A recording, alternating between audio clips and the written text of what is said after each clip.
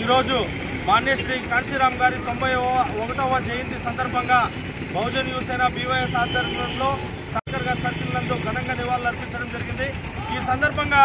మాన్యశ్రీ కాంశీరామ్ గారు ఈ భారతదేశంలో సాహు మహారాజ్, నారాయణ గురు, పెరియార్, అంబేద్కర్ గారి ప్రలోభాలను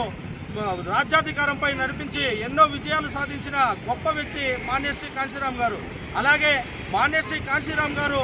తన 31 వయసు ఉన్నప్పుడే తన కుటుంబానికి, తన తల్లిదండ్రులకి 31 పేజీ లేఖ రాశారు। ఆ లేఖలో ఏమని పేర్కొన్నారంటే వాళ్ళ తల్లిదండ్రులకి, వారి బంధువులకి ఉన్న బాంధత్వాన్ని ఈ రోజు నుండి అతను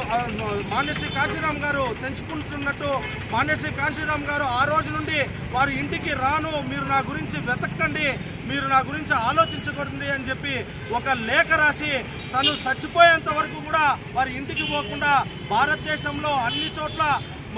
అందరికీ పోరాటాలు చేస్తూ బహుజనులకు రాజ్యాధికారం అందించాలని చెప్పి